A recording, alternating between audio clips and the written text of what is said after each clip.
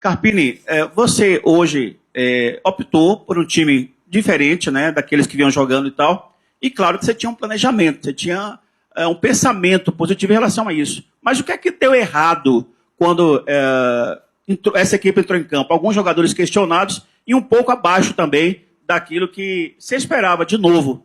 Como é que você viu esse jogo e esse resultado, apesar de que o Vitória tem um a mais? Bom, boa noite.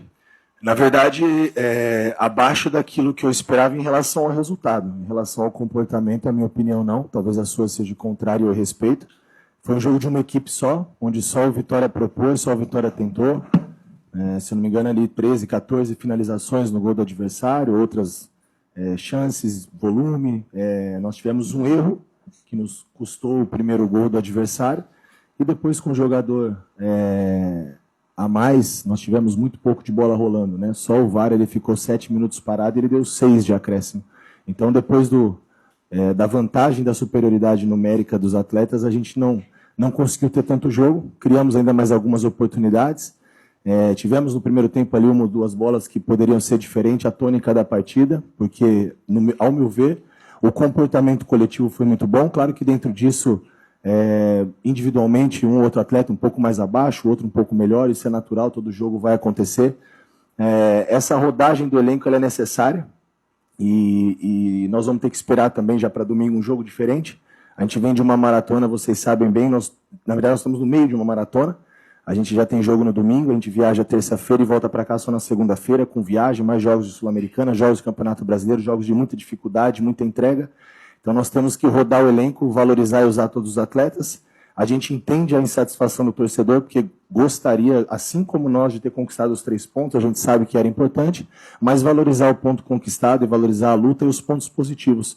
Eu acho que já foi uma equipe diferente do que foi o jogo passado, em relação aos nossos comportamentos, e a gente teve força para buscar o empate, e em alguns momentos até chances de conseguir a vitória. E são situações, detalhes que você está sempre muito próximo da derrota e da vitória. Quando estava 0-0, o Mosquito teve a bola, que o goleiro fez uma grande defesa com os pés, por 2 vezes. Então, se uma dessa entra, talvez a gente levaria o jogo de maneira mais tranquila, até porque o adversário, eu não me lembro, talvez depois que nós terminamos o jogo só com o zagueiro, Baralhas fazendo a função, o adversário até teve 1 ou 2 possibilidades no contra-ataque, mas aí nós estávamos muito expostos, né? Tentando buscar o gol e tentando a virada, sabendo da importância que era a vitória, mas valorizar o ponto conquistado. Sul-Americana é difícil, voltando a entender como é jogar uma competição internacional depois de 10 anos. Visto isso, a gente vê adversários de grande porte dessa competição tropeçando dentro de casa. Então, valorizar o ponto conquistado e é um momento que a gente precisa encontrar alguns caminhos, alguns detalhes para a gente voltar a vencer e ter bons momentos aqui. Eu queria que você explicasse a substituição, né, que você fez ali no intervalo, tirou o Hiller e colocou o William Oliveira, e também a situação do Mateuzinho, se ele já está 100% recuperado fisicamente, como é que está a situação dele aí para a sequência de jogos do Vitória na temporada. O Hiller passou mal no intervalo, foi uma necessidade, ele teve uma indisposição e não conseguiu voltar para o segundo tempo, então não era uma situação que eu pretendia fazer já no intervalo.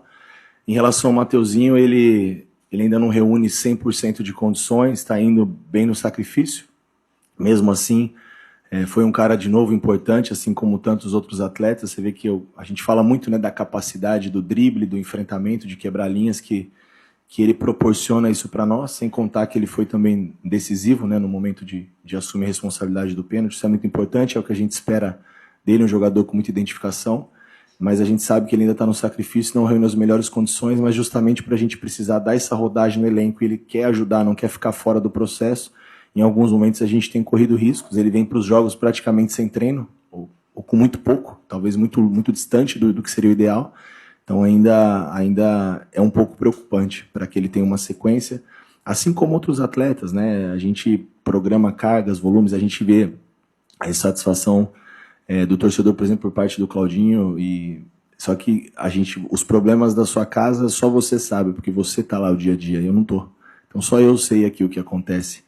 São 2 meses que o Claudinho não faz 90 minutos. Você não sabe o quanto ele demorou para recuperar do jogo de Caxias e agora a gente é numa maratona de jogos. Então nós temos jogadores de nível para ajudar. O Raul sempre foi um cara muito importante desde a reta final, vai continuar sendo, né, assim como o Claudinho, e a gente vai precisar sempre encontrar em cada partida o que a gente tem de melhor em tantas outras condições.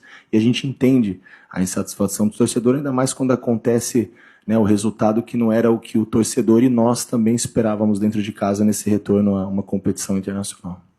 Carpini hoje, mais uma vez, o Vitória pressionou bem, né? Roubou muitas bolas, anulou o adversário, mas teve dificuldade para triangular e terminou o primeiro tempo sem uma finalização de grande perigo.